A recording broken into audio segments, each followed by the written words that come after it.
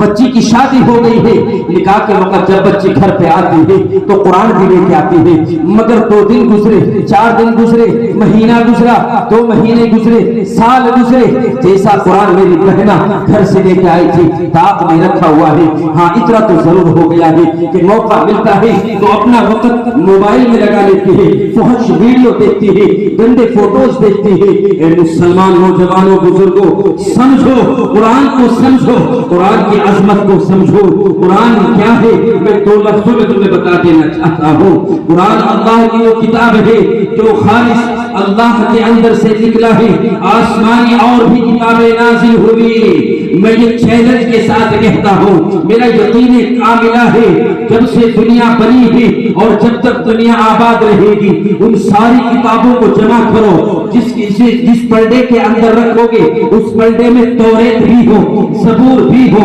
انجیل بھی ہو۔ غرض یہ ہے کہ دنیا میں جتنی کتابیں موجود ہیں وہ ساری کتابیں اس پردے میں موجود ہوں، اور دوسرے پردے کے اندر قرآن کا ایک چھوٹا سا جز، قرآن کا ایک چھوٹا سا ٹکڑا رکھو، اور پھر ترازو کی طرح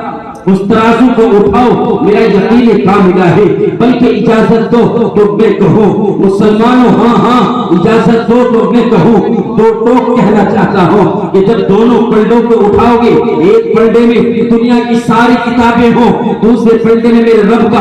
رب کے اندر سے نکلا ہوا کلام ہو، اللہ کا کلام ہو، کتاب اللہ ہو۔ اور مسلمانوں قرآن کی عظمت کو سمجھو، قرآن کی قدر و منزلت کو سمجھو۔ اگر قرآن کو نہ سمجھا گیا تو مٹ جاؤ گے، یاد رکھو مسلمانوں، اگر تم نہ سمجھے تو مٹا دیے جاؤ گے۔ اگر قرآن کو سینے سے نہ لگایا، قرآن کو نہ پڑھا گیا، قرآن کو نہ پڑھایا گیا تو خدا کی قسم لاوارث بنا دیے جاؤ گے، یتیم بن کے زندگی گزرے گی۔ اس پردے کو اٹھاؤ جس کے اندر دنیا کی تمام کتابیں ہوں، اور دوسری طرف اس پردے میں جس میں قرآن رکھا ہوا ہے اس کو اٹھاؤ، تو خدا کی قسم جب تم ترازو کو اٹھاؤ گے تو تم اپنی آنکھوں سے دیکھو گے کہ پردہ وہ جھکے گا جس میں میرے اللہ کا قرآن ہوگا۔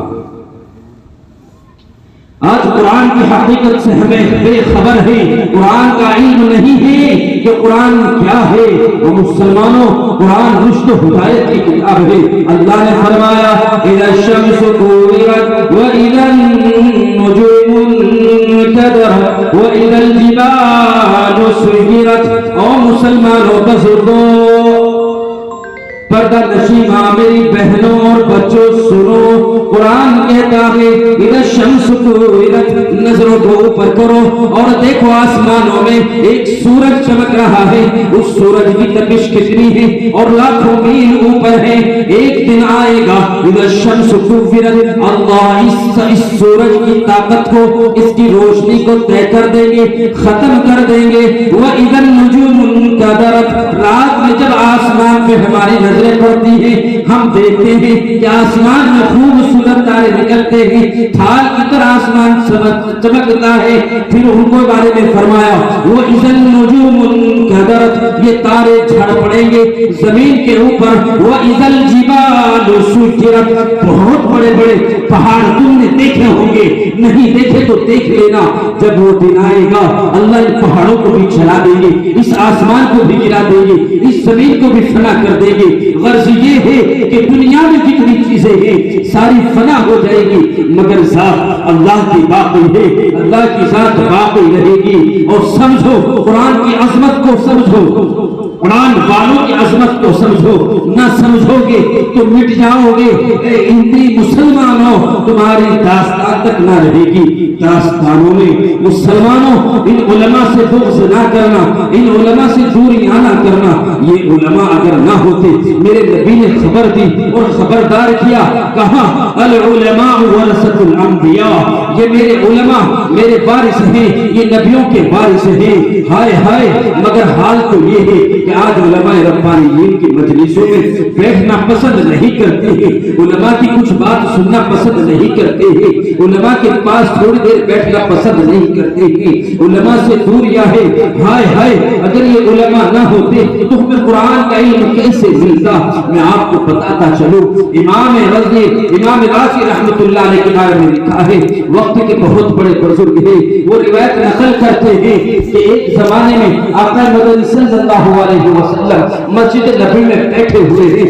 ایک موت کا فرشتہ آیا اور میرے آقا کے پاس آیا، آقا کے پاس بیٹھا، تھوڑی دیر بیٹھا اور بیٹھ کر کے چلا گیا۔ صحاباؤں نے دیکھا، سب نے دیکھا، آقا نے ایک صحابی کو بلایا اور کہا ہے میرے صحابہ یہ معلوم ہے کون تھے؟ کہا کہ نہیں جانتا ہوں کہ کون تھے۔ فرمایا آقا نے اے میرے صحابی یہ موت کا فرشتہ تھا، اب چند لمحوں کے بعد، تھوڑی دیر کے بعد تیری روح کو قبض کرے گا، اب تو دیکھ لے تو اب اس دنیا سے تھوڑی دیر کے بعد چلا جائے گا۔ اور میرے بھائیوں مسلمانوں، میری آپ کی طرح کوئی ہوتا تو گھر بھاگتا، اپنی بیوی سے لگتا، اپنی ماں کے قدموں میں لگتا، بہن کو پکڑتا، اپنے بچوں کو سینے سے لگاتا، ہائے میرے بچوں میرا جانے کا وقت ہے، ہائے میری بیوی میرے جانے کا وقت ہے، ہائے میری ماں میرے پاس آ جا میرا جانے کا وقت ہے، ہائے میری بیوی ہائے میری شریک حیات آ میرے پاس آ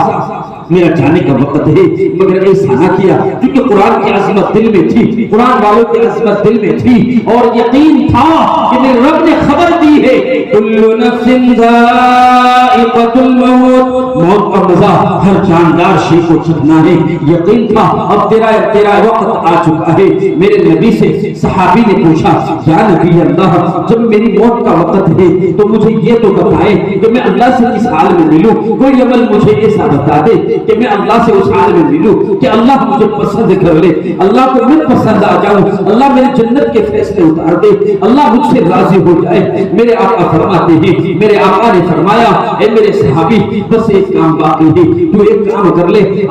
مسجد میں سے قرآن اٹھا کے لے آ، تو قرآن پڑھتا چل، میں تجھے قرآن پڑھاتا چلوں گا۔ یہ حافظ قرآن ہے، یہ قرآن کی عظمت ہے، یہ قرآن والوں کی عظمت ہے۔ اگر قرآن نہ ہوتا اور خدا کی قسم سنو اگر قرآن کا علم یا علماء ہم تک نہ پہنچاتے تو ہمیں والدین کے حقوق کا نہ پتہ لگتا، پڑوسی کے حقوق کو نہ پتہ لگتا، حرام کا نہ پتہ لگتا، حلال کا نہ پتہ لگتا۔ اور مسلمانوں بزرگوں سنو، حال تو یہ ہے میں محسوس کر رہا ہوں کہ شاید وقت کی تنگی میرے پیروں کو میں مجبوریاں ڈال رہی ہے، بیڑیاں ڈال رہی ہے، مگر میں یہ بھی بتا دینا چاہتا ہوں کہ حال تو یہ ہونا چاہیے تھا کہ علماء کے قدموں میں ہم آتے، ان سے کچھ سیکھتے۔ آپ نے نہیں سنا ہے، آپ نے نہیں پڑھا ہے کہ قرآن میں اللہ نے ہر چیز کے حقوق کو کھول کھول کر کے بیان کیا ہے۔ آج معاشرے میں ایک بہت بڑی برائی ہے، آج جب اس جلسے میں قاری غلفام کی دعوت پہ آئے ہو تو اس بات کو سیکھ لے کر کے جاؤ۔ دو باتیں مجھے عرض کرنی ہے۔